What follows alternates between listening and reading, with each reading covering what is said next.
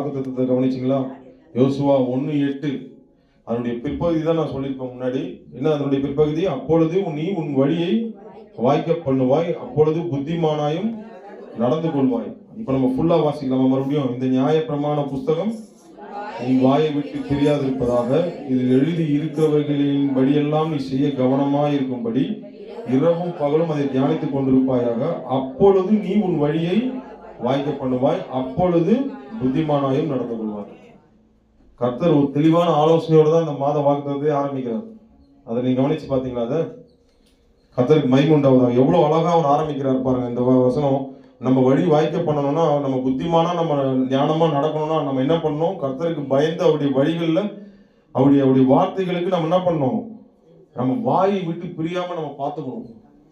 இது ரொம்ப ரொம்ப முக்கியம். அதை செய்ய கவனமா இருக்கணும். இரவும் பகலும் அதை தியானிச்சுட்டு இருக்கணும். அப்பொழுதுதான் உன் வழி என்ன பண்ணும்? வாய்க்கப்படும். நீங்க எத்தனை பேர் புரிஞ்சுக்கிறீங்க? மறுபடியும் வாசிங்க. அது இந்த நியாயப்பிரமாண புஸ்தகம் உன் வாயை விட்டு பிரியாதிருப்பதாக, இதில் எழுதியிருக்கிறவையெல்லாம் நீ செய்ய கவனமாயிருக்கும்படி இரவும் பகலும் அதை தியானித்துக் கொண்டிருப்பாயாக. அப்பொழுது நீ உன் வழியை வாய்க்க பண்ணுவாய், அப்பொழுது புத்திமானாயும் நடந்து கொள்வாய். ஏன் மறுபடியும் வாசிக்க சொல்றேன்னா, நம்ம வாயை விட்டு அது பிரியவே கூடாது. வேத வசனங்கள் எல்லாம் ஆஹா ஓஹோன்னு தான் இருக்கும். எப்படி இருக்கும்? ஆஹா ஓஹோன்னு தான் இருக்கும். அதை பெருகிற நாம எப்படி ஆஹா ஓஹோன்னு வாங்குறோமா? இதை நம்மளே சிந்திப்போம். பெருகிற நாம எப்படி வாங்குறோம்? ஏதோ ஏனோ தானோன்னா வாங்கக்கூடாது. அது எப்படி வாங்கணும்? அது வாங்கும் பொழுதே ஒரு சந்தோஷமா நம்ம வாங்கணும். அது ஒரு பெரிய விஷயமா பார்த்து நம்ம ஒரு பெரிய பசியோட நம்ம வாங்கணும். புரியுதா உங்களுக்கு? நீங்க புரிஞ்சுக்கணும். நீங்க ஏதோ ஒரு 10ஓட 11 வாங்கி போடுறது அப்படி அந்த மாதிரி நீங்க வேத வசனம் இல்லது. உங்க ஆசீர்வாதம் அப்படி ஆண்டோட ஆசீர்வாதிக்கும். அப்படிலாம் நம்ம கவனத்தை வச்சோன்னா, அலட்சியப்படுத்தணும்னா கர்த்தருடைய வார்த்தையின் ஆசீர்வாதத்தை பெற முடியாது. பெரும் பசி கொண்டு நம்ம அந்த வார்த்தையை நம்ம பெற்றுக்கொள்ளணும். நமக்கு தேவன் நம்ம ஆசீர்வதிக்கிறார், நம்மளை உணர்த்தி வைக்கிறார், திருத்துறார், நம்ம அத்தனை நித்திய ஜீவனுக்கு ஏதோ நடத்துறாரு. எல்லாமே இந்த வார்த்தைகள் தான் நமக்கு கொடுக்கப்படுது. அதனால இந்த வார்த்தை எனக்கு இது மூலமா தான் ஆசீர்வாதம் வச்சிருக்கிறாரு. இந்த மாதம் என்ன கொடுக்குறாரு? என்னுடைய வழியை வாய்க்க பண்ணணும்னு சொல்லியிருக்கிறார். அப்போ அதுக்கான ஆலோசனைகளோட இந்த தெளிவான இதை கொடுக்குறாரு. அப்போ நம்ம அதை எப்படி பெற்றுக்கொண்டோம்? ஒரு ஆஹா ஓ அப்பா இவ்வளவு பெரிய வார்த்தை கொடுத்துருக்கீங்கப்பா, எனக்கா இந்த தகுதி சொல்லி அந்த மாதிரி நீங்க உணர்ந்து வாங்கணும். ஒரு பயபக்தியோட வாங்கினாதான் அந்த ஆசீர்வாதத்தை நீங்க நானும் சுதந்திரித்துக் கொள்ள முடியும். புரிஞ்சுக்க உங்களுக்கு? நல்லா கவனிக்கணும். நீங்க இந்த மாசம் சம்பளம் கொடுப்பாங்க பாருங்க. என்ன கொடுப்பாங்க? உழைச்சா சம்பளம் கொடுப்பாங்க. அந்த மாதிரியா இது அதை விட விலை மாசம் வாக்குத்தத்தம் வருது. மாசம் ஒரு சம்பளம் வர மாதிரி நினைச்சு, ஆனா சம்பளம் வாங்குறவங்க நீங்க பாருங்க, அவங்க எவ்வளவு பயபக்தியோட வாங்குறாங்க பாருங்களா. வேடா சம்பளத்தை அப்படியே உச்சி அப்படியே கொடுக்குறாங்க ஓனர் கிட்ட. எப்படி வாங்குறாங்க சம்பளம்? அது அந்த காலத்துல அப்படி கை கட்டி வாங்கலாம். ஏடிஎம்னா கூட ஒரு தேவைகள்னா ஓ அடப்பா நாளைக்கு பார்த்துக்கலாம், தேவைகள் வீட்டு வாடகை நாளைக்கு பார்த்துலாம் வாங்குறாங்க யாராவது? ஒரு சம்பளம் தாங்க. ஒரு உதாரணம் தான் சொல்றேன். மாதம் வாக்குத்தத்த மாதிரி நம்ம சம்பளம் மாசம் வாங்குறோமே, அதுக்கு நாம எந்த அளவுக்கு பயபக்தியோட வாங்குறோம். இனி செலவுகள் இவ்வளவு செலவுகள் இருக்கு, நம்ம பயபக்தியோட அந்த சம்பளம் எப்படா வரும் ஐயோ அப்படிதானே வாங்குறோம். நம்ம அதுக்கே அவ்வளவு இம்பார்ட்டன்ட் நம்ம கொடுக்குறோம். எப்படி நம்ம வாங்குறோம்? சம்பளம் கொடுக்குறோம், நம்ம மதிச்சா கொடுக்குறாங்க. இல்ல பாஸ்வேர்டு கண்ணு தங்கம் வந்தாடா சொல்ல வாங்கிக்கப்பா சம்பளம் அப்படி கொடுக்குறாரு மாசம் எப்படி கொடுக்குறாரு? அந்த மாதிரி எத்தனை ஓனர் வாங்குறீங்க நீங்க? அந்த மாதிரி வாங்கிருக்கீங்களா யாராவது? இந்த தங்கம் வாங்கிக்கப்பா அப்படியே சொல்லி கொடுக்குற ஓனர்ஸ் ஏமா கொடுக்குறாங்க டாக்டர் அந்த மாதிரி எப்படி கொடுக்குறாங்க? அடா ஏன்டா கொடுக்கும்போதே அவங்க என்னடா இது ஒரு செலவு. அவங்களுக்கு உண்மையா நல்ல ஓனர் தான் பரவாயில்ல. ஒரு மனசுல ஒரு வேதனை இருக்கும். சம்பளம் கொடுக்குறா அவங்களுக்கு ஒரு நஷ்டம், அவர் ஒரு நஷ்டம் போல ஃபீல் பண்ணி எங்க ஓனர்லாம் நிறைய பேர் இருக்கிறாங்க. அந்த மாதிரி சம்பளம் கொடுக்கறதே ஒரு பெரிய பாரமா நினைச்சு கொடுக்குறாங்க. அப்படிலாம் கொடுக்குற ஓனருங்க அவங்களுக்கே நம்ம பயபக்தியோட சம்பளத்தை நம்ம வாங்குறோமா இல்லையா? அதுக்கே வாங்குறோம்னா இது விலையேறப்பட்ட கர்த்தருடைய வார்த்தை, உங்களை ஆசீர்வதிக்கிற வார்த்தை. இதை எத்தனை பேர் ஃபீல் பண்றீங்க? இந்த மாதம் வாக்குத்தத்தம் கொடுத்துருக்காருன்னா இதுல கண்டிப்பா ஆசீர்வதிக்கிறவர், சொன்னபடி உங்க வழியை வாய்க்க செய்கிறவர். அதுக்கு நம்ம எந்த அளவு பயபக்தியை கொடுத்து நம்ம வாங்குறோம்? இதை நம்ம சிந்திக்கணும். நம்ம ஏதோ ஒரு வந்தோம் போனோம்னு இல்லாம இந்த வார்த்தையை நம்ம பெரும்பொழுதே ஒரு அக்கறையோட நம்ம ஆகா ஓஹோ எனக்கு இது கிடைக்கிறதுக்கு நான் எந்த தகுதி இல்லாண்டவரை இதை வாங்கிப்பா, இதை அனுபவிச்சு பாருங்க, அப்பதான் நீங்க அந்த ஆசீர்வாதத்தை நீங்க பெற்றுக்கொள்வீங்க. இப்ப நான் சொன்ன தங்கம் கண்ணு இந்த மாதிரி சொல்லி அந்த மூலம் கொடுக்க மாட்டாங்க. ஆனா கர்த்தர் உங்க மேல அதை விட அன்பு காட்டி உங்களுக்கு கொடுக்குறாரு. கரங்க தட்டி அவங்க நான் பயன்படுத்தலாமா? அதை விட என் மகனே மகளேன்னு சொல்லி உங்களுக்கு ஆசீர்வாதத்தோட இதை இணைத்து உங்களுக்கு இந்த வார்த்தை ஆலோசனைகளோடு கொடுக்குறாரு. இந்த மாதிரி ஒரு தெய்வத்தை நீங்க எங்கேயாவது பாப்பீங்களா? எங்கேயுமே நீங்க பரவாயில்ல யாருக்கா குழுச்சுனா பரவாயில்ல, வேண்டாம். இப்ப நான் சொல்றது புரியுதா உங்களுக்கு? அப்ப இந்த கர்த்தருடைய வார்த்தையை நம்ம வந்து பெற்றுக்கொள்வதில் முதல்ல ஒரு தெளிவு வேணும். அப்பதான் நம்ம அந்த வார்த்தையினுடைய ஆசீர்வாதங்களை என்ன பண்ண முடியும், சுதந்திரத்தை கொள்ள முடியும். எத்தனை பேர் அந்த தெளிவு பெற போறீங்க? இந்த வருட இறுதியில வந்துட்டோம். இது எத்தனாவது மாசம்? அது 12வது மாசம். இது எத்தனை பேர் நம்ம இந்த ஒரு தெளிவை பெற்றுக்கொள்ள போறோம்? மாசம் மாசம் வருதுப்பா, 10ஓட 11 எடுத்து உள்ள வச்சிடும் அப்படின்னா அப்படி இருக்கக்கூடாது. அப்படி இருந்தீங்கன்னா அவ்வளவுதான், வார்த்தையினுடைய ஆசீர்வாதம் நமக்கு கிடைக்கவே கிடைக்காது. புரிஞ்சுட்டீங்களா? அப்ப நம்ம என்ன பண்ணோம், ஒரு தெளிவு மண்டையில ஒரு 4 கொட்டி நம்ம தெளிவுபடுத்தி, என்ன தூக்க இருந்தாலும் என்ன பண்ணோம், ஒரு தெளிவுபடுத்திக்கிட்டு ஆண்டோடைய வார்த்தையை பெற்றுக்கொள்ளும் பொழுது அப்பதான் நம்ம அந்த ஆசீர்வாதத்தை பெற்றுக்கொள்ள முடியும். ஓகேவா? இப்போ வந்து நீங்க இந்த மனதுல இந்த தெளிவை நீங்க கொள்ளணும். ஓகே, ஃபர்ஸ்ட் இந்த வார்த்தையை நீங்க வாசிக்கும் பொழுது இந்த ஆசீர்வாதத்தை நம்ம சுதந்திரத்துக்கு கொள்ளணும். இந்த மாத வாக்குத்தத்தம் வந்து கேட்டோம் போனோம்னு இல்லை, ஆசீர்வாதத்தை என்ன பண்ணோம், இவங்க விசுவாசியாங்க சுதந்திரிக்க ஆரம்பிச்சிட்டாங்க. குலாக்கா இஸ்ரேல் ஜாகுலினாக்கா நம்மளும் அப்படி என்ன பண்ணோம், மாசம் மாசம் அந்த ஆசீர்வாதத்தை செயலில் வாங்க ஆரம்பிக்கணும். அதுதான் முக்கியம். இப்போ இந்த வழி, இந்த வார்த்தையை நீங்க வாசிங்க. 8 பிற்பகுதி என்ன போடப்பட்டிருக்கு, அப்பொழுது நீ உன் வழியை, 2 ஆசீர்வாதத்தை கடவுள் தெளிவா வச்சிருக்கிறார். உன் வழியை வாய்க்க பண்ணுவார். அப்புறம் என்ன பண்றாரு, புத்திமானா நீ நடந்து போப்பா. எல்லா இடங்கள்லயும் ஒரு தோல்விகள்ல கஷ்டங்கள்ல என்ன பண்ணணுன்றது நமக்கு தெரியாது, கவலைகள் கஷ்டம், அந்த இதெல்லாம் புத்திமானா நடந்து உங்களை தப்பு விஷயம் நடத்துகிற கர்த்தர் ஞானத்தை நீங்க பெற்றுக்கொள்வீங்க. அதனால நீங்க இந்த மாதிரியான ஆசீர்வாதங்கள், உன் வழி எதுவா இருந்தாலும் அதை வாய்க்க பண்ணுகிற கர்த்தரா அவர் உங்க கூட இருக்காரு. இதெல்லாம் நீங்க பெற்றுக்கொள்ளணும். ஒரு தெளிவான ஆலோசனையை கர்த்தர் கொடுக்குறாரு. அவருடைய வார்த்தைக்கு என்ன பண்ணணும், நீங்க உங்க செவிய சாய்க்கணும். உங்க வாயை விட்டு அது புரியாம, இந்த 10-11 மாதங்கள்ல நம்ம வாயில எவ்வளவு புலம்பங்கள் வந்திருக்கலாம், கஷ்டங்கள் வந்திருக்கலாம், இவ்வளவு புலம்பலின் மூலமாவே கஷ்டங்கள் வந்திருக்கலாம். அது எல்லாத்தையும் வாயை விட்டு பிரிச்சு போட்டுருங்க. வாயை விட்டு எது பிரியக்கூடாது, கர்த்தருடைய வார்த்தை. பிரிக்க வேண்டியது எது, அதெல்லாத்தையும் சுயமாய் வருகிற புலம்பல்கள் இதெல்லாத்தையும் தூக்கி போட்டு கர்த்தருடைய வார்த்தைகளை இருதயத்தில் வைத்து நம்ம அதை வாயில நம்ம தினமும் மெடிடேட் பண்ணணும். பண்ணும்பொழுதுதான் சங்கீதம் 1:1 வாசிங்க, உங்க வழியை கர்த்தர் வாய்க்க செய்கிறார். ஆமா, வழி நில்லாமலும்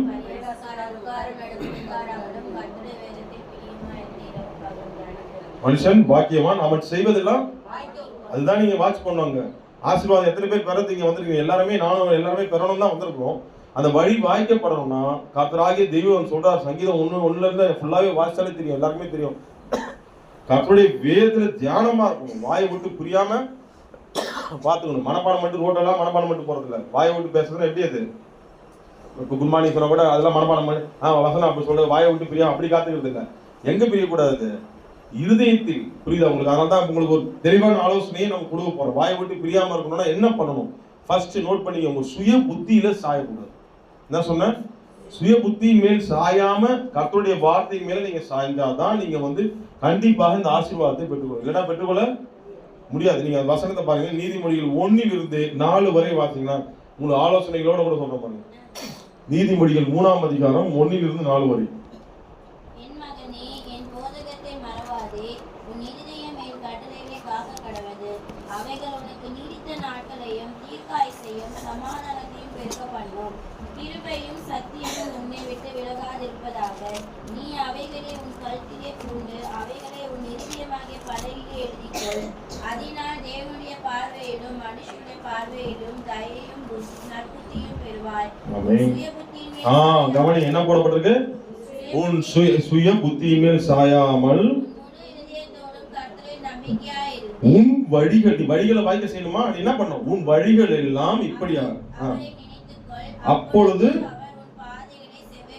இந்த 11 மாசத்துல நான் எப்படி பண்ணிருக்கேன் இத, அவருடைய வார்த்தையை முதல்ல உள்ளுக்குள்ள வச்சிருக்கேன்னா இருதயம் காத்திருக்கா? இந்த ஃபர்ஸ்ட்ல இருந்து நீங்க பாத்தீங்க, உங்களுக்கு தெளிவான ஆலோசனை. இந்த மாதத்தின் ஆசீர்வாதத்தை சுதந்திரத்திக் கொள்ள கர்த்தர் நமக்கு தெளிவான ஆலோசனைகளை இந்த நீதிமொழிகள் 3ல இருந்து சொல்றாரு. உங்களுக்கு என்ன கொடுக்குறாரு, உங்க வாயை விட்டு இந்த வார்த்தை விலகாம பிரியாம இருக்கணும்னா இங்க என்ன சொல்றாரு கர்த்தர் ஆகிய தெய்வம், அந்த அன்பு தெய்வம், என் மகனே என் போதகத்தை மறவாதே, உன் இருதயம் என் கட்டளைகளை காக்க கடவுது. ஃபர்ஸ்ட் ஒரு வார்த்தை உன்னுடைய வாயை விட்டு பிரியாம இருக்கணும்னா உன் இருதயத்துல அதை காத்துக்கொள். அதுல இருந்து ஆரம்பிச்சு ஆசீர்வாதத்தை கொடுத்து என்ன கொடுக்குற, அப்பதான் நீ மனுஷனுடைய கண்கள்லயும் எல்லா கண்களையும் நற்புத்தியும் தயையும் நீ பெற முடியும். அப்புறம் சொல்லிட்டு என்ன பண்றாரு, உன் சுய புத்தி மேல். நம்ம சுய புத்தி மேலதான் நம்ம 11 மாசம் நம்ம சுய புத்தி மேல எத்தனை தடவை நம்ம சாஞ்சிருக்கிறோம். இது நம்மளே நிதானிக்கணும். உங்களுக்கு உன் பாதைகளை செவைப்படுத்துவார் போடப்படுங்க. எப்பொழுது செவைப்படுத்துவார், எப்பொழுது செவைப்படுத்துவார்? ஒரு கேள்வி கேட்கிறேன், நீங்க சொல்லுங்க பார்க்கலாம். எப்பொழுது செவைப்படுத்துவார்? சுய புத்தியின் மேல் சாயாமல் இருந்தால்தான் நம்ம பாதைகள் காரியங்கள் எல்லாம் வாய்க்கப்படும். அப்ப கர்த்தர் நமக்கு சொல்லித்தர வார்த்தை என்ன, வாயை விட்டு வசனம், வார்த்தைகள், நியாயப்பிரமாண புஸ்தகம், இவைகள்லாம் எதுவுமே நியாயப்பிரமாணம் பைபிள், நமக்கு பைபிள் இருக்கு, எல்லாமே நம்ம வாயை விட்டு பிரியாமல் இருக்கணும். அப்போதான் நம்ம காரியங்களை வாய்க்க பண்ணணும். வாய்க்க செய்வார் கர்த்தர். சுய புத்தின்றது ரொம்ப டேஞ்சரானதுங்க. எத்தனை பேர் இதை ஃபீல் பண்றீங்க? மனசு ஒரு குரங்குன்னுவாங்க. கரெக்டா என்ன சொல்லுவாங்க? மனித மனம் குரங்குன்னுவாங்க. அது எந்த வகையில உண்மைதான் நான் சொல்றேன். கர்த்தருடைய எப்ப அது உண்மையாகுதுன்னா, கர்த்தரை விட்டு, யாரை விட்டு? கர்த்தரை விட்டு நம்ம மனது வேற எங்கேயும் அலைப்பாயும் போது ஒவ்வொன்றா அது குரங்காதான் மாறிடுது. ஒவ்வொரு இதுவா மரத்துக்கு தாவும். நம்ம அதை பண்ணலாமா, இதை பண்ணலாமா, என்னன்னா அது தலையை சுருட்டிக்கிட்டு என்ன பண்ணும்? குரங்கு என்ன பண்ணும்? என்ன பண்றதே அதுக்கு தெரியாது. அப்படியே வந்து ஒரு மரத்துக்கு தாவும். ஆனா அது என்ன ஆகும்? அதனால அது வால்ல ஒரு நெருப்பு கொஞ்சம் பத்த வச்சிருக்கோம், என்ன ஆயிடும்? அந்த இந்த படத்துல வர மாதிரி வால்ல நெருப்பை வச்சா என்ன ஆயிடும்? அது காட்டு ஃபுல்லா எரிஞ்சு போற மாதிரி நம்மளுடைய எல்லா எண்ணங்களும் திட்டங்களையும் அது சிதைத்து விட்டு நம்மளை ஒண்ணுமே இல்லாம பண்றதுதான் சுய புத்தி. சுய புத்தி வேண்டவே வேண்டாம். கர்த்தருடைய வார்த்தையின் மேல நம்ம சாயணும். அதனால்தான் பாருங்க, சொல்லும் பொழுதே எனக்கு ரொம்ப ஒரு பயத்தை கொடுத்துச்சு இந்த வார்த்தை. கர்த்தருடைய வார்த்தைக்கு நம்ம செவிய சாய்க்கணுமா? ஆனா சுய புத்தி மீள் டோட்டலாவே சாயாதீங்கன்னு படக்கூடாது. சுய புத்தி டோட்டலாவே ஒரு மனுஷன் சாச்சிடும். எத்தனை பேர் நீங்க உணர்றீங்க? சுய புத்தி என்ன பண்ணிடும்? டோட்டலா ஒரு மனுஷனை சாட்சி. அதனாலதான் பாருங்க, சுய புத்திக்கு உன் செவியை சாய்க்காதன்னு போடல. என்ன போட்டிருக்கு? சுய புத்தியின் மேல் எவ்வளவு டேஞ்சரா நீ கவனிக்கணும் பாருங்க. நான் சொல்றது வார்த்தைகளை படிக்கும்போது நிதானித்து அதுல தேவ ஆவியானவரே எனக்கு வெளிச்சத்தை காட்டுங்கன்னு சொல்லி படிக்கணும். இதுல என்ன வெளிச்சத்தை கொடுக்குறாரு? சுய புத்தி மேல் சாயாது, அது சாய்ச்சிரும் உன்னை, முழுமையா சாய வச்சிரும் உன்னை. சுய புத்திக்கு செவி கொடுக்காதன்னு போடல. ஆனா கர்த்தருடைய வார்த்தைக்கோ நீ செவி கொடுத்தாலே போதும், உன் சாய்ந்த வாழ்வை தலைநிமிர செய்வார். கரங்களை தட்டி தேவன் மேம்படுத்தலாமா? நீ செவி கொடுத்தாலே போதும். கர்த்தருடைய வார்த்தைக்கு மனமாற இருதயத்திலிருந்து செவி கொடுத்தாலே போதும், உன் வாழ்வை, சாய்ந்த வாழ்வை தலைநிமிர செய்கிறது. அதுதான் இதை நீ மறுபடி அறிக்கை செய்யுங்க. சாய்ந்து போயிருக்கேன் வாழ்க்கை, இந்த 11 மாசத்துல உங்களுடைய வார்த்தைகளுக்கு நான் செவி கொடுக்கல, நிறைய வேளைகளில் உங்களை அலட்சியப்படுத்திருக்கிறேன், உங்களுடைய வார்த்தைகளை கேட்க விடாதபடிக்கு என் வாயை விட்டு பிரித்துக் கொள்வதற்கு அநேக புலம்பல்களை இந்த நாவல வச்சிருந்தேன். இன்னைக்கு அதை விட்டு நம்ம முதல்ல பிரிஞ்சு வந்துடுறப்பா. பிரிக்க முடியாத ஒண்ணு இருக்கு, உங்களுடைய வார்த்தை. அதை என் இருதயத்துக்குள் வைத்து காத்து கொண்டு அதையே நான் பேசுறேன். அது மூலமா மற்றவங்களுக்கு நன்மை பண்றேன். இது நீ சொல்லி பாருங்க, உங்க வாழ்க்கையில நிச்சயமாக கர்த்தர் உங்க வழியை கர்த்தர் வாய்க்க செய்கிற தேவனாக காணப்படுகிறார். எத்தனை பேர் அதை நீங்க ஃபீல் பண்ணி வாங்க போறீங்க? சுய புத்தி என்ன பண்ணும்? டோட்டலா உங்களை என்னையும் சாய்ச்சிரும். ஆதாம் ஏவாளும் சுய புத்திக்கு சாய்ச்சதுனால என்ன ஆச்சு? டோட்டலாவே சாய்ச்சி போயிடுச்சு. நித்திய அவர் தேவன் வச்சிருக்க திட்டத்தையே விட்டு என்ன பண்ணிச்சு? சாஞ்சிச்சு. அப்ப சுய புத்தி டேஞ்சரா இல்லையா? அதனால இந்த ஆசீர்வாதத்தை முதல்ல பெற்றுக்கொள்ளணும். ஒரே நேரடியான தெளிவான ஆலோசனை, சுய புத்தி மேல சாயாம அவருடைய வாயின் வார்த்தைகளை விட்டு பிரியாம நம்ம பார்த்துக்கணும். அப்ப நம்ம நிச்சயமா ஜெயமா. அப்போ உங்க வழியை கர்த்தர், அப்பொழுது உன் வழியை கர்த்தர் செவைப்படுத்துவார். இந்த வசனத்தை கூட வாசிக்கலாமே. ஏசாயா 45:2 வாசிங்க.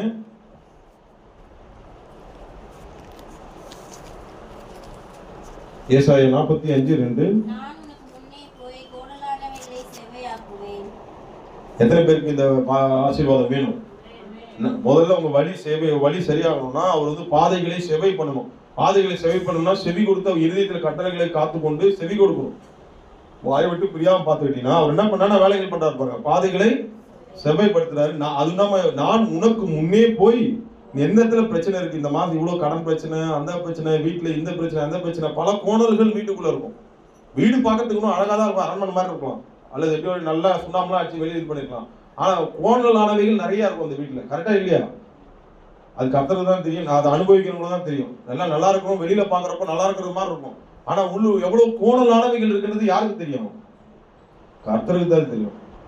அப்ப நான் உனக்கு முன்னே போய் கோணல் ஆனவைகளை செவ்வையாக்குவேன்னு சொல்றாருன்னா, இவைகள் எல்லாம் செவ்வையாக்கி உங்களை என்ன பண்ணுவாரு? உன் வழியை கர்த்தர் வாய்க்க பண்றதுக்கு நம்ம இடம் கொடுக்கணும். அப்ப என்ன பண்ணணும்? நம்ம இதெல்லாம் செய்யணும்னா நம்ம சுய புத்திக்கு இடம் கொடுத்தா, நானே பார்த்துக்கிறேன், இது 11 மாசம் பார்த்துட்டேன், அப்படியே ஓட்டிடுறேன் அப்படின்னு அதெல்லாம் நடக்காது. என்னது? அதெல்லாம் தான் நீங்க ஒண்ணும் பண்ண முடியாது. 10 11 தான் உங்களையும் வச்சிடும். அப்படி இல்லை, அப்படி பண்ணக்கூடாது. 10 11 நம்ம இருக்கிற கூட்டமா இல்ல, கர்த்தரால தெரிந்து கொள்ளப்பட்ட கூட்டம். எத்தனை பேர் விசுவாசிக்கிறீங்க? அந்த தெளிவு நமக்கு இருந்தாதான் இந்த ஆசீர்வாதத்தை பெற்றுக்கொள்ள முடியும். சரி, ஓகேவா? இப்ப இந்த இடத்துல ஒரு தெளிவான ஆலோசனையை சொல்லிட்டேன். என்ன ஆலோசனை? சுய புத்தி மேல சாயாதபடி வாயின் வார்த்தைகளை நம்ம இருதயத்துல முதல்ல இருதயத்தின் நிறைவினால் வாய் என்ன பண்ணுமா? அப்ப இருதயத்துல நீ காத்துக்கொண்டு அதுல இருந்து வெளிவந்தாதான் இதுவும் ஆகும், காத்துக்கொள்ள முடியும். ஓகேவா? இதை நீங்க இந்த தெளிவான ஆலோசனை மனதில் பதித்து இப்போ யோசுவாவுடைய எப்படி அந்த சிச்சுவேஷனுக்குள்ள உங்களை கொண்டு போறேன். யோசுவாவை எப்படி தேவன் கடவுள் பேசுறாரு அந்த இடத்துல பாருங்க. யோசுவா பாருங்க என்ன சொல்றாரு பாருங்க அந்த இடத்துல. ஒரே நிமிஷம். எடுத்த உடனே அவர் வந்து பாருங்களேன் என்ன சொல்றாருன்னா, ஃபர்ஸ்ட் தெய்வம் நீ இந்த நியாயப்பிரமாண புஸ்தகம் வாய் விட்டு பிரியாது இருப்பாங்க அப்படிலாம் சொல்லல. ஃபர்ஸ்ட் அந்த சிச்சுவேஷன்ல இன்னைக்கு வந்த உங்களோடய அப்படியே தேவன் பேசுறாரு. நீ என்ன வேதனையில மகனே மகளே வந்திருக்கிறியோ உன்னுடைய சூழ்நிலைக்கு கர்த்தர் முதல்ல ஒரு தெளிவான ஆறுதலை கொடுக்கிறாரு. இந்த இடத்துல யோசுவாவுக்கு ஒரு மிகப்பெரிய ஒரு என்ன சொல்றது, ஃபில் இன் தி பிளாங்க் மாதிரி என்ன சொல்லுவாங்க, அது ஒரு வைடு, ஒரு இல்லாமை அங்க காணப்படுகிறது. என்ன சொல்லுங்க பார்க்கலாம், ரெண்டு விதமான இல்லாமை பெரிய அளவுல காணப்படுகிறது. அத்தனை லட்சம் ஜனங்கள் இருந்தாலும் ரெண்டு விதமான இல்லாமை காணப்படுகிறது. யாருன்னு சொல்லி பார்க்கலாம் அந்த ரெண்டு பேர்? அதை ஃபில் பண்றாரு முதல்ல மோசே, பரிசுத்தனாகிய ஆரோன். ரெண்டு பேருமே அங்க அவனுக்கு கூட யாருமே யாருக்கு இல்ல. நல்லா கவனிக்கணும், யாரு கூட இல்ல. கர்த்தர் முதல்ல எடுத்த உடனே அவனுக்கு வந்து அப்படியே பயமுறுத்துறாரு. முதல்ல என்ன சொல்றாரு பாருங்க. உங்களையும் இந்த மாசத்துல வந்திருக்கிறீங்க, அவர் நோக்கி வந்திருப்போம். உங்களுக்கு என்ன பிரச்சனை இருக்கோ முதல்ல கர்த்தர் நம்மளை பலப்படுத்துறாரு. என்ன பண்றாரு அந்த வார்த்தையை நீங்க கவனிங்க. மோசே அவர் எவ்வளவு நல்ல தெய்வம் பாருங்க. உங்க வெறுமையை புரிந்து கொள்ளுகிற தெய்வம். மோசே இல்ல, ஆரோன் இல்ல, நான் இருக்க உன்னோட, நான் உன்னை விட்டு விலகுவதும் இல்லை, உன்னை கைவிடுவதும் இல்லை. வாசிங்க அந்த வாசனை, 5ஆம் வசனம் வாசிங்க.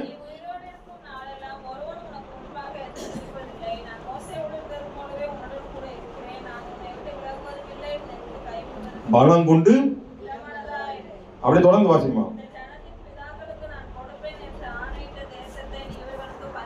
ஒரே நிமிஷம். உங்களுக்கு சொன்னதை செய்கிற தெய்வம்.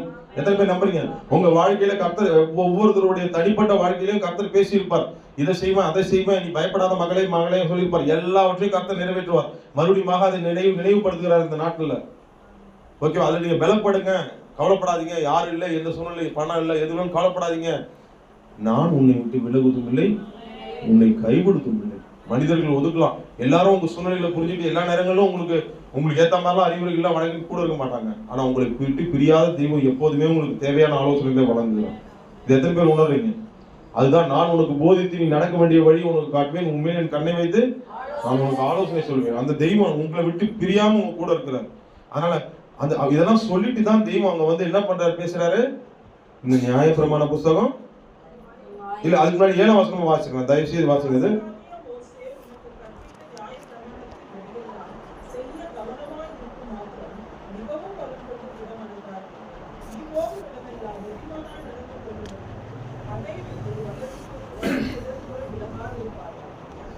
அவரு விளக்க மாட்டாரு, உங்களையும் என்னை விட்டு அவர் என்ன பண்ண மாட்டாரு. மாம்சமா மோசே இல்லை, இங்க யாரு இல்ல. பிசிக்கலா மோசையை பார்த்து தலைவரேன்னு சொல்லி ஒரு தெய்வம் நடத்துற அந்த தலைவன் இல்ல. எவ்வளவு வேதனை இருக்கும் அவருக்குள்ள. பரிசுத்தனாகி ஆரோன் அவருக்கு இல்ல. ஐயோ பிரதான ஆசாரியன் அந்த ஆசாரியம் இல்ல. அவருக்குள்ள எவ்வளவு வேதனை இருக்கும். யாருக்குள்ள? யோசுவாவுக்குள்ள. திடப்படுத்துறாரு, நீ கவலைப்படாத, ஒண்ணு மட்டும் நீ சேர்த்து கவனமாறு, என்னுடைய வார்த்தைகளை விட்டு வலது புறமும் இடது புறமும் நீ விலகாம நில்லுன்னு உன்னை நான் பார்த்துக்கிட்டாரு. அவ்வளவுதான். கரகத்திட்டம் நாம் தமிழ்படுத்தலாம். வேற ஏதாவது பெருசா கேட்டாரா? நீ எனக்கு காணிக்க கூட அவங்க பலி செலுத்த ஏதாவது கேட்டாரா? நீ என் வார்த்தையை விட்டு வலது புறமும் இடது புறமா வலது புறமும் இடது புறமும் விலகாதிருப்பாயாக. அப்படி இருந்தீங்கன்னா உங்களுக்கும் நம்ம கூட தான் பேசுறாரு. அப்படி இருந்தா நம்மளை விட்டு கடவுள் என்ன பண்ண மாட்டாரு, விலகவே மாட்டார். உங்களுக்கு எந்த பிரச்சனைகள் வந்தாலும் அவருக்கு தெரியாம எதுவுமே ஒன்னும் உங்களை ஒன்றும் பண்ணிட முடியாது. நீங்க உயிரோடு இருக்கும் நாளெல்லாம் உங்களுக்கு என்னது, ஒருவனும் உனக்கு முன்பாக. புரியுதா? இந்த ஒரே ஒரு மாத வாக்குத்தத்தம் எத்தனை முன்னாடியான ஆசீர்வாதத்தை நமக்கு பின்னாடியான ஆசீர்வாதத்தை கொடுக்குது பாத்தீங்களா? யோசுவாவோட பேசின தெய்வம் நம்மளோடவும் பேசுறாரு. உங்களை விட்டு நான் பிரிய மாட்டேன், ஆனா நீங்க என் வாயின் வார்த்தையை விட்டு பிரியாம இருங்க, கவனமா இருங்க. மாம்சமா யாருமே இல்லைன்னு ஃபீல் பண்ணாதீங்க. அப்பா நேசித்த யாரு நிறைய பேர் நம்மளை விட்டு கூட இல்லாம இருக்கலாம், ஆனா ஆவியானவரா அவங்க கூட இருக்கிறாரு. அதை நீங்க ஃபீல் பண்ணுங்க. அதெல்லாம் சொல்றேன். ஆனா நீங்க அவரை விட்டுட்டு போகாம இருக்கணும்னா, அவர் உங்களை விட்டுட்டு போகாம இருக்கணும்னா நீங்க பண்ண வேண்டியது ஒண்ணே ஒண்ணு, அவருடைய வாயின் வார்த்தை விட்டு பிரியவே பிரியாதீங்க. பாருங்க, அதை மட்டும் நீங்க மனசுல ஞாபகம் வச்சுங்க. இப்ப நான் ஒரு எச்சரிப்புகளை சொல்ல போறேன். இந்த இஸ்ரேல் ஜனங்களுக்கு இந்த யோசுவாவின் அளவுக்கு ஒரு முதிர்ச்சி இல்ல. எத்தனை வாட்டி சொன்னாலும் அதே தப்பதான் பண்ணிட்டு இருந்தாங்க. அவங்க பண்ண ஆதி பண்ண தப்ப உங்களுக்கு காட்டுறேன் பாருங்க. அவங்க கர்த்தருடைய வார்த்தையை விட்டு பிரிஞ்சு போயிட்டாங்க. அதனால கர்த்தருடைய கோபத்துக்கு ஆளானாங்க. அந்த மாதிரி ஆகாம நம்ம என்ன பண்ணோம், பார்த்துக்கொள்ளணும். எந்த ஒரு சூழ்நிலைகளிலும் கர்த்தருடைய வார்த்தையை விட்டு நம்ம பிரியாம பார்த்துக்கணும். ஏன்னா பிசாசு அதை எப்படியாவது பண்ண துடிப்பான். யாத்திராகமம் 32:1 வாசிங்க. உங்களுக்கு இதுல வந்து ஆவிக்குரிய ஆசீர்வாதங்களை ஆவிக்குரிய எச்சரிப்போட சொல்றேன் பாருங்க. யாத்திராகமம் 32:1. மலையிலிருந்து இறங்கி வர தாமதமாகிறது ஜனங்கள் கண்டபோது அவர்கள் ஆரோனிடத்தில் கூட்டம் கூடி அவனை நோக்கி, எகிப்து தேசத்திலிருந்து அழைத்துக் கொண்டு வந்த அந்த மோசேக்கு என்ன சம்பவித்ததோ அறியோம். ஆதலால் நீ எழுந்து எங்களுக்கு முன் செல்லும், தெய்வங்களை எங்களுக்காக உண்டு பண்ணும் என்றார்கள். பாருங்க, இதுதான் கர்த்தருடைய வார்த்தையை விட்டு பிரிஞ்சு ஒரு உருவமா வந்து பொல்லாத உருவங்களா நிக்கிற ஒரு நிகழ்வு. இதுங்க கர்த்தருடைய வார்த்தையை விட்டு மீறினா அவங்க எப்படி மாறிடுறாங்க? பொல்லாத உருவங்களா மாறிடுறாங்க. அவங்க மாதிரி எப்படி கர்த்தருடைய பார்வையிலேயே வந்து ரொம்ப கோபம் அடைகிற அளவுக்கு அவங்க மாறிடுறாங்க. கர்த்தரை விட்டுட்டு அப்படி என்ன உங்களுக்கு கர்த்தர் கொஞ்சம் கேப் விட்டா அவர் இல்லைன்னு ஆயிட முடியுமா? அவங்க யாரும் உண்டாக்குறாங்க? கர்த்தருடைய வார்த்தையை விட்டு பிரிஞ்சு போயிட்டு யாரும் உண்டு பண்றாங்க? எங்களை கர்த்தரையே விட்டாங்க, அவருடைய வார்த்தையும் விட்டாங்க. ஏன்னா யாத்திராகமம் 20 அவர் சொல்லிடுறாரு. நீங்க வீட்டுல போய் வாசிங்க. யாத்திராகமம் 20 என்னென்ன சொல்லி கொடுத்துருக்கிறாரு அவரு? என்னையின்றி உனக்கு நமஸ்கரிக்கவும் வேண்டாம், சேவிக்கவும் என்னையின்றி உனக்கு வேற தேவர்கள் வேண்டாம். மேலே வானத்திலும் கீழே பூமியிலும் பூமியின் கீழ்த்தரையிலும் உண்டாயிருக்கிறவர்களுக்கு ஒப்பான ஒரு சொரூபத்தையாகிலும் யாதொரு விக்கிரகத்தையாகிலும் நீ உனக்கு உண்டாக்க வேண்டாம். நீ அவைகளை நமஸ்கரிக்கவும் வேண்டாம். உன் தேவனாகிய கர்த்தராய் இருக்கிற நான் எரிச்சல் உள்ள தேவனாய் இருந்து என்னை பகைக்கிறவர்களை குறித்து பிதாக்களுடைய அக்கிரமத்தை பிள்ளைகளிடத்தில் 3ஆம் 4ஆம் தலைமுறை மட்டும் விசாரிக்கிறவராயிருக்கிறேன். என்னிடத்தில் அன்பு கூர்ந்து என் கற்பனைகளை கை கொள்ளுகிறவர்களுக்கோ 1000 தலைமுறை மட்டும் இரக்கம் செய்வராயிருக்கிறேன். இப்படி சொன்ன அந்த வார்த்தைகளை யார் போட்ட விட்டுட்டா? வாயை விட்டு இருதயத்தை விட்டு பிரித்தது யாரு? இஸ்ரவேல் ஜனங்க. பண்ணிட்டு அவங்க அசால்ட்டா ஒரு வார்த்தையை சொல்லிட்டாங்க. இவ்வளவு தூரம் தாய் தகப்பனை விட நடத்துற தெய்வத்தை மறக்கிற ஒரு நினைவு நமக்கு தேவையில்லை. எனக்கு அந்த நேரத்தில் அந்த நினைவே நமக்கு தேவையில்லை. அப்படிப்பட்ட நினைவே எனக்கு தேவையா? மூளையே செயல்படாம. ஆனா கர்த்தரை எப்படி மறக்க முடியும்? கர்த்தரை மறந்து ஒரு பொன் கன்றுக்குட்டியை அங்க உண்டாக்கி கர்த்தருடைய வார்த்தையை விட்டு மீறிட்டாங்க. அந்த வசனம் பாருங்க, எவ்வளவு டேஞ்சரான வார்த்தை பாருங்க. அது மோசே மலையிலிருந்து இறங்கி வருகிறது தாமதிக்கிறதை கண்டு அவ்வளவு அலட்சியமா போயிட்டாங்க. கர்த்தர் அப்படி எகிப்துல இருந்தெல்லாம் நடத்திட்டு வந்த தெய்வம் அப்படி ஒன்னும் பாதியில விட்டுட்டு போயிடுவாரா? செத்து போயிட்டாரா? நான் மோசே வருவாரம் வரமாட்டாரா? கர்த்தர் எப்படி ஒரு அந்த ஜனங்களுக்குள்ள எந்த அளவுக்கு ஒரு கர்த்தரின் மீது ஒரு தாகம் இல்லை, அலட்சியமும் நிர்விசாரமும், கர்த்தரை குறித்த பயமின்மை, கர்த்தருடைய வார்த்தையை குறித்த அக்கறையின்மை, இதெல்லாமே என்ன பண்ணுது? அவங்கள ஒரு பொல்லாத உருவங்களா காட்டி என்ன பண்ணுச்சு? ஒரு கர்த்தருடைய ஆசீர்வாதங்களை இழக்க பண்ணுச்சு. என்ன பண்ணுச்சு? ஒன்னு எழுதி வச்சுங்க நோட்ல. பிசாசு உங்களை எல்லாவற்றையும் உருவிடுவான். ஆண்டவரும் உங்களை எல்லாவற்றையும் அணிவிப்பார். என்ன சொன்ன? ஆசீர்வாதங்கள் எல்லாவற்றையும் கூட அணிவிப்பார். பிசாசு என்ன பண்ணுவான்? உருவி போட்டுருவான். இங்க என்னென்ன பண்றான் பாருங்க, ஒவ்வொன்றுத்தையா காட்டி விட்டுறான். இந்த மாசத்துல வந்து நீ ஆசீர்வாதம் காட்டிட்டு போதுன்னா அதுக்கு காரணம் என்ன? நான் கர்த்தருடைய வார்த்தையை விட்டு பிரிஞ்சு போயிருக்கிறேன், கர்த்தர் கொடுக்கக்கூடிய கணத்துக்கு நம்ம மரியாதையை கொடுக்கல அப்படின்னு நீங்க எழுதி வச்சுக்கணும் நம்ம இருதயத்துல. ஏன்னா என்ன போடப்பட்டிருக்கு, அவன் என்னென்ன நடக்குது பாருங்க. பிசாசு இப்படிதான் பண்ணுவான்.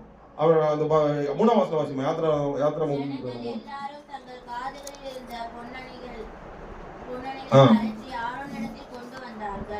அவர்கள் கையில் இருந்து அவன் அந்த பொன்னை வாங்கி கருவியினால் பிடித்து ஒரு கன்றுக்குட்டியை வார்ப்பித்தான். போதும்பா. பிசாசு உங்களுடைய ஆசீர்வாதங்கள், உங்களுக்கு இருக்கிற பொண்ணெல்லாம் யார் கொடுத்த ஆசீர்வாதம்? உங்களுக்கு கொடுத்த பொண்ணு கடவுள் கொடுத்த. நீ எழுதி வச்சீங்க ஸ்பிரிச்சுவலா இந்த ஆலோசனை சொல்றேன். ஆமா, பொண்ணும் வெள்ளியும் அவருடையது. உங்களுக்கு கொடுக்கிற ஆசீர்வாதங்கள் காண்டுட்டு போதா? அது உருவி எடுக்கிறானா? கண்டிப்பா நான் எங்கேயும் யோசிக்காதீங்க. எனக்கு விரோதமா பிள்ளை சொல்லி வச்சாங்கன்னா யோசிக்காதீங்க.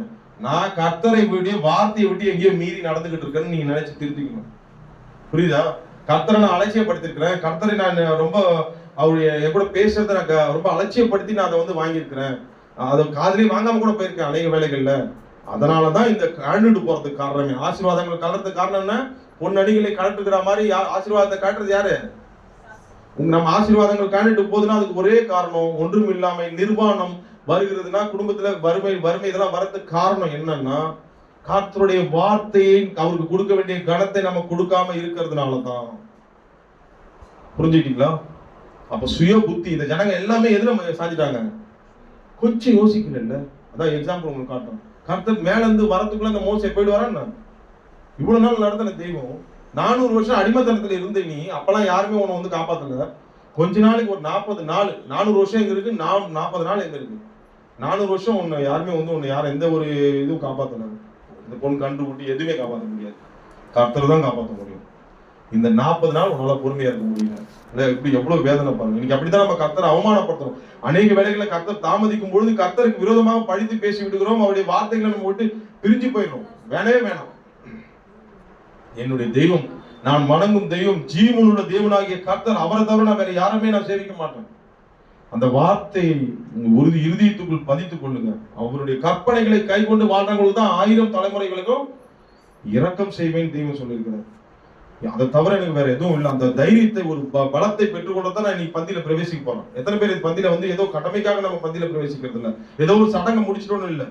என் கர்த்தர் மேல எனக்கு ஒரு பயம் உண்டாகணும். என் வாழ்க்கையில நிர்வாணம் சரியாகணும். என் வாழ்க்கையில இல்லாம போகணும். கலண்டுட்டு போற ஆசீர்வாதங்கள்லாம் எனக்கு மறுபடியும் தேவன் என்ன பண்ணணும், ட்ரெஸ் போட்டு விடுற மாதிரி எனக்கு போட்டு விடணும். அப்படின்னா போட்டு விடணும், நகைய மாட்ட மாதிரி எனக்கு மாட்டி விடணும், ஆசீர்வாதங்கள் எனக்கு கொடுக்கணும். அப்படின்னா என்ன பண்ணணும், நான் என்ன பண்ணணுங்க? சுய புத்தி மேல சாயக்கூடாது. இன்னைக்கு இந்த ஜனங்க சாய்ந்ததுனால எவ்வளவு பெரிய ஒரு மோசமான ஒரு நிலையாகி வந்து இருப்பாங்க. யாத்திராமம் இது எந்த மாதிரி கொடுமையே இந்த வசனம் காட்டுது. யாத்திராமம் 22:32 25 வாசிங்க. பகைவருக்கு எதிரே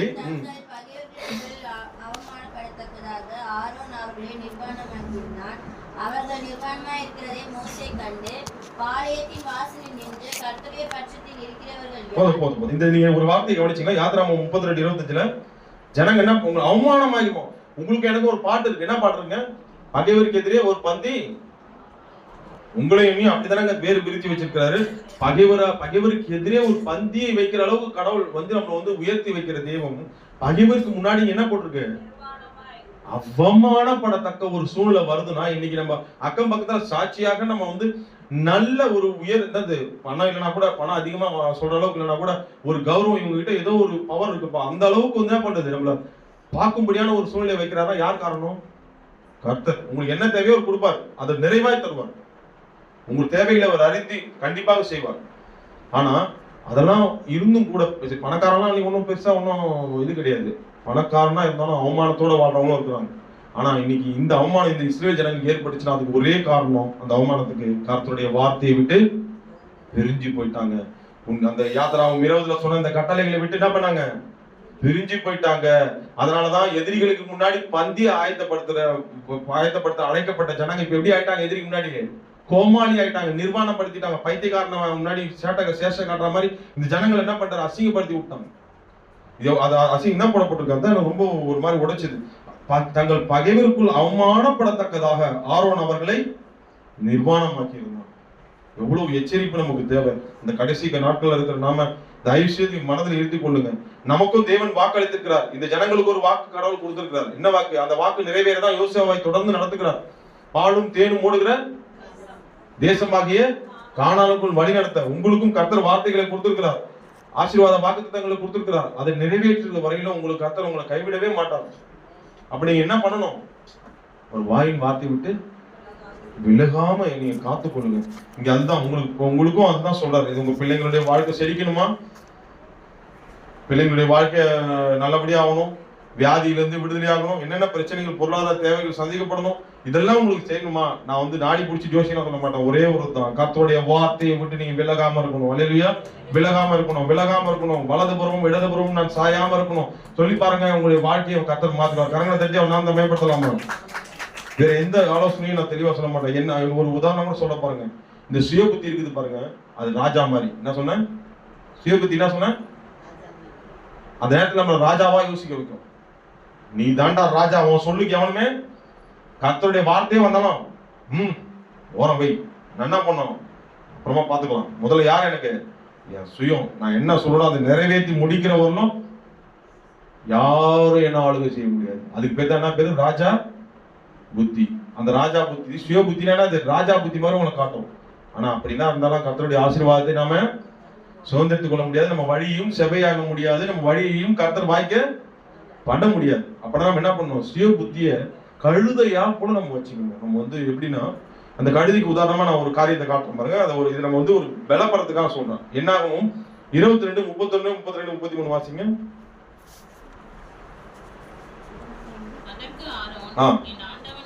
என்னாகுமாப்பா? 22 என்னாகும்? 22, 31, 32. அப்பொழுது கர்த்தர் பிலேயாமின் கண்களை திறந்தார். வழியிலே நின்று உருவின பட்டயத்தை தம்முடைய கையிலே பிடித்திருக்கிற கர்த்தருடைய தூதனை அவன் கண்டு தலை குனிந்து முகங்குப்புற விழுந்து பணிந்தான்.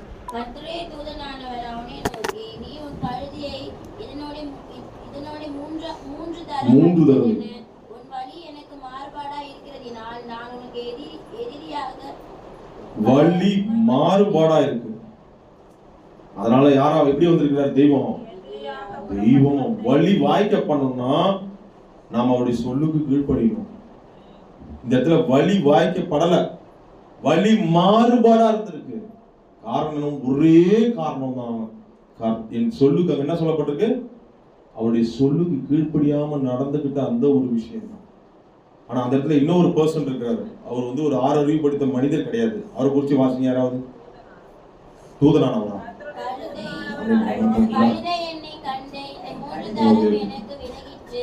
எனக்கு விலகாமல் இருந்ததினால் இப்பொழுது நான் உன்னை கொன்று போட்டு கழுதையை உயிரோடு வைப்பேன் என்றார். அப்பொழுது பிலியாம் கர்த்தரை தூதனை நோக்கி, நான் பாவம் செய்தேன், வழியிலே நீர் எனக்கு எதிராக நிற்கிறதை அறியாதிருந்தேன்.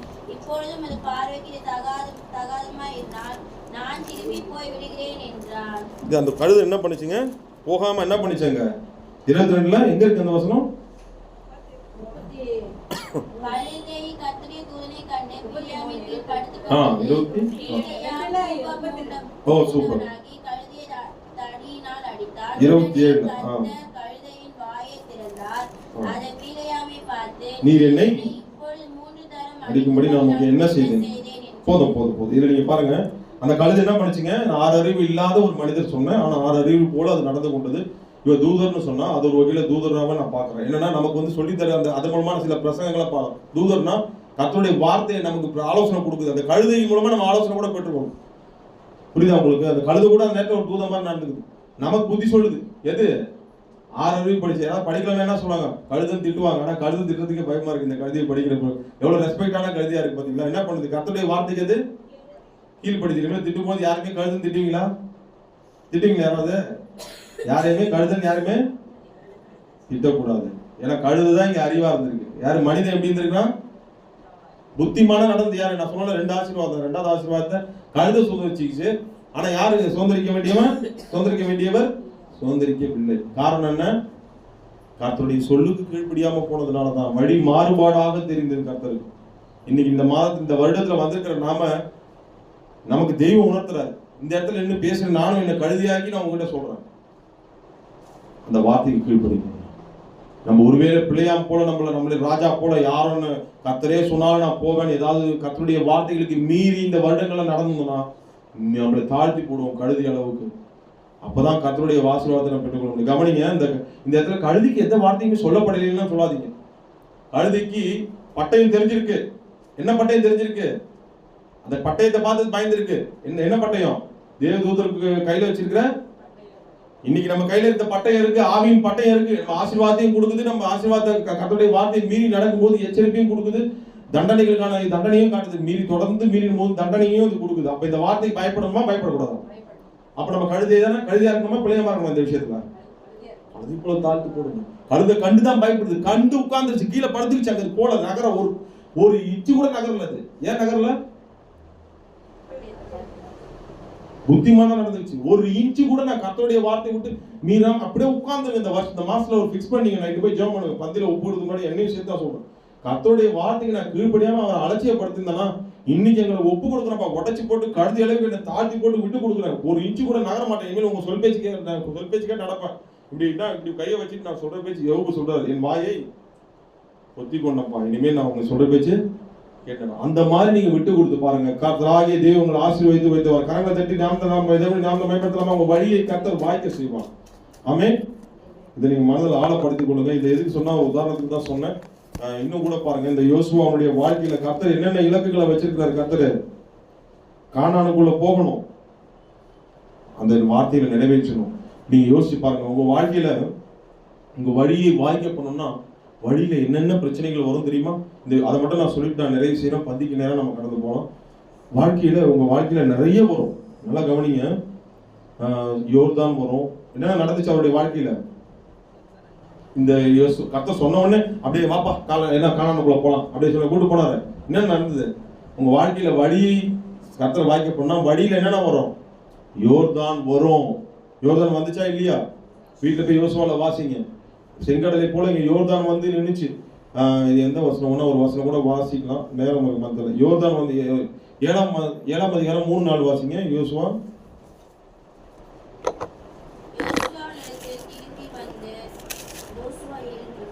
7ல வருதாப்பா? 7:3-4 என்ன வருது? இந்த செங்கல் இது ஒரு யோர்தான இது ஓகே, அதுவும் வேணும், நான் சொல்றேன். அந்த இது ஒரு யோர்தான் எங்க வருது? ஒரே நிமிஷம்.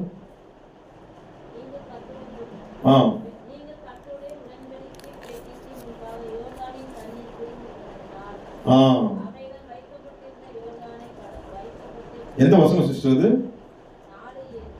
யோசுவா 4:7.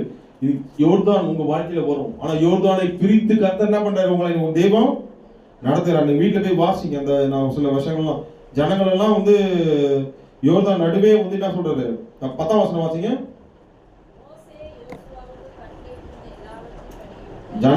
அதனையும் கவனிக்கணும். கட்டளையிட்டு இருந்த எல்லாவற்றையும் படியும் ஜனங்களுக்கு சொல்லும்படி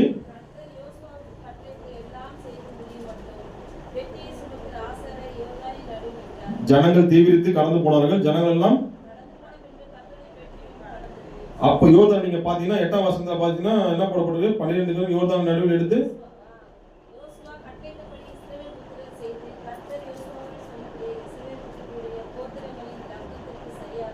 ஆமென் வைத்தார்கள். இப்படிலாம் செஞ்சு 24ஆம் வசனத்துல வாசிங்க. 24ல சிவந்த சமுத்திரத்தில்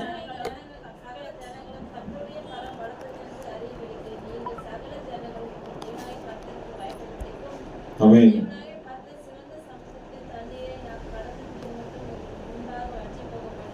உங்கள் தேவனாகிய கர்த்தர் யோர்தானின் தண்ணீருக்கும் செய்து அதை உங்களுக்கு முன்பாக நீங்கள் கடந்து தீருமளவும் வற்றி போக பண்ணினார் என்று அறிய கடவீர்கள் என்றான். அல்லேலூயா.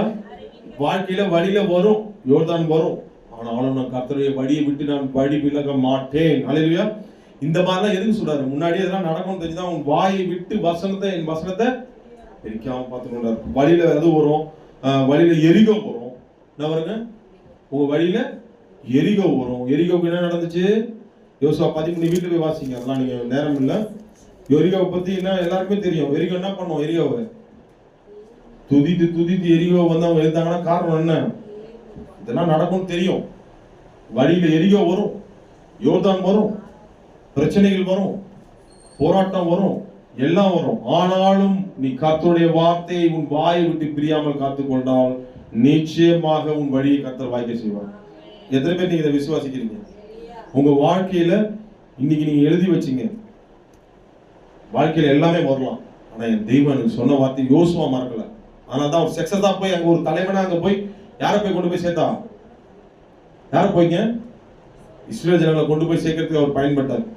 இன்னைக்கு உங்களையும் என்னையும் தெய்வம் உங்க வாழ்க்கையிலையும் உங்க வழியை கர்த்தர் வாய்க்க பண்ணணும்னா மனதில் இறுதி கொடுங்க. இந்த வார்த்தையை நீங்க உறுதியா நம்புங்க. யோசுவா உறுதியா நம்பினார். எத்தனை பேர் இதை ஃபீல் பண்றீங்க? உறுதியா நம்பினார். காலேப் உறுதியா நம்பினார். அதனால்தான் காலேபினுடைய வாழ்க்கையில கூட பாருங்க, கர்த்தராகிய தெய்வம் அவருடைய வழியை வாய்க்க பண்ணார், உத்தமமா பின்பற்றினார். யோசுவா 14ஆம் அதிகாரத்துல நீங்க வாசிச்சு பாருங்க. எத்தனையோ அந்த வயதிலும் கர்த்தராகிய தெய்வம் 8ஆம் வசனம் வாசிங்க. 8:9 அவர் சொன்ன வார்த்தையின்படி வழியை வாய்க்க செஞ்சார் கடைசி நாட்கள்ல.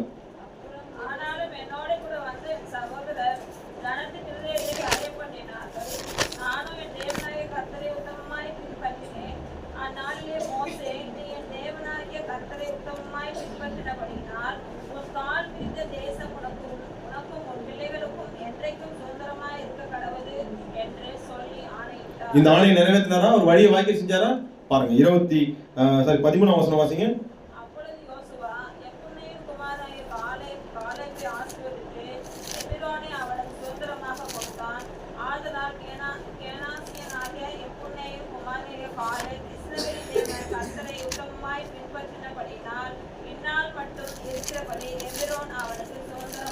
சுதந்திரமாச்சா? வழியை வாய்க்க செஞ்சாரா? உங்க வாழ்க்கையில வழியை வாய்க்க செய்வாரா? வாய்க்க செய்ய மாட்டாரா? அப்ப நீங்க என்ன பண்ணணும்? உத்தமமா இந்த கர்த்தருடைய வார்த்தையை விட்டு நீங்க பிரியாம இருக்கணும். அப்பதான் உங்க வாழ்க்கையில என்ன நடக்கும்? ஆசீர்வாதங்கள். இது லேட் ஆனாலும் கண்டிப்பா லேட்டஸ்டா சூப்பரா தெய்வம் செய்வார். இது எத்தனை பேர் விசுவாசிக்கிறீங்க? இன்னைக்கு நீங்க அந்த மன உறுதியோடு கூட பந்தியில பிரவேசிங்க. தொடர்ந்து நீங்க வாசிச்சீங்கன்னா நீங்க தெரியும். யோசுவா கர்த்தருடைய வார்த்தையை விட்டு பிரியாம இருந்ததுனால யுத்தம். யோசுவா 11:23 வாசிச்சீங்கன்னா யுத்தமே இல்லை அந்த ஊர்ல. யோசுவா இருக்கிறவர்களும் யுத்தம் இல்லாம தெய்வம் ஒரு அமைதி நிலையே கொடுத்தாரு. உங்க வாழ்க்கையில அமைதி வேணுமா? உங்க வழி வாய்க்கு அமைதி வேணுமா? யோர்தான் வாங்க எது வந்தாலும் ஒரு அமைதி வேணுமா? நீ கர்த்தருடைய வார்த்தையை விட்டு பிரியாம இருங்க. அப்பதான் உங்க வழியும் வாய்க்க செய்யும். புத்திமானா எப்படி நடக்கணும்ன்ற அறிவையும் கர்த்தர் உங்களுக்கு தருவார். யோசுவா நீங்க போய் நீ வீட்டுல நீங்க அப்புறம் தயவு செய்து மறக்காம யோசுவா கடைசியில நீங்க வயது சென்ற போது அவன் நடந்து கொண்டதெல்லாம் நீங்க வாசிங்க. 13ஆம் அதிகாரத்துல நீங்க போய் வாசிங்க. அது என்ன தெரியுமா இருக்கு? எப்படி ஞானத்தோடு பங்கிட்டு கொடுத்தான். யார் யாருக்கு? இஸ்ரேல் ஜனங்களுக்கு. அவங்களுக்கு சேர வேண்டியது, இவங்களுக்கு சேர வேண்டியது, இந்த கோத்திரத்துக்கு போக வேண்டியது, இந்த கோத்திரத்துக்கு போக வேண்டியது, எப்படி பகிர்ந்து கொடுத்தான்னு அந்த புத்தியை யார் கொடுத்தா? முன்னாடியே சொன்னார்ல, வழியை என்ன சொல்றது, வழி என்ன சொன்னாரு, வார்த்தையை விட்டு பிரியாம நீ காத்துக்கிட்டனா நீ எப்படி இருப்ப? உன் வழியையும் வாய்க்க செய்வாய், புத்திமானா நடந்தா கடைசியா எல்லாம் ப்ராப்பரா கொடுத்து ப்ராப்பரா செட்டில் பண்ணிட்டு தான் ஒரு நிறைவான தலைவனா அவர் மதிச்சார். கரங்களை தட்டி தேவன் நாம் பயன்படுத்தலாமா? அந்த மாதிரி உங்களுடைய நிறைவா உங்களுக்கு பூரண வயது உள்ளவராக உங்களை ஆசீர்வதிக்க அவர் வல்லவராக இருக்கிறார். எல்லாவற்றையும் உங்களுக்கு பகிர்ந்து கொடுக்கிற அந்த தெய்வம் உங்களோட கூட இருக்கிறார். உங்க வழியை வாய்க்க செய்வார். ஒன்னே ஒண்ணு, அவர் நம்மளை விட்டு விலக மாட்டார். நான் உன்னை விட்டு விலகுவதும் இல்லை. நான் அவருடைய நான் சொல்ல வேண்டியது, நாம் செய்ய வேண்டிய அறிக்கை, நான் உங்க வாயின் வார்த்தை விட்டு விலக மாட்டாங்க. அப்படி சொன்னாதான் இந்த வார்த்தைகள் நம்ம வாழ்க்கையில் நிறைவேறும். சொல்லுவோமா? நம்ம ஒப்பு கொடுப்போமா? நேரம் வந்துச்சு. யோசுவா 6:68 வாசி. இதை மட்டும் இந்த ஒரு அறிக்கையா வச்சு பேதுரு சொல்றது போல நம்ம சொல்லி நம்ம ஒப்பு கொடுக்கலாம். பேதுருக்கு எல்லாரும் அவர்கிட்ட இருக்கிற அப்பமும் ஆசீர்வாதங்களும் பணம் கொடுப்பாரா, இது கொடுப்பாரா, வியாதியில இருந்து குணம் தருவாரா தான் பார்த்திருக்காங்க. பேதுரு பார்த்தது அவரை விட்டு பிரியாம இருக்கிற ஒரு காரியத்தை பார்த்திருக்கிறாங்க. இது வாசிங்க. அந்த வார்த்தையை விட்டு பிரியாம 6:68 யோவான் 6:68. நம்ம விட்டு நாங்க எங்க போவோம்? உங்களுடைய வார்த்தையை விட்டு நாங்க எங்க போவோம் ஆண்டவரே? வாசிங்க.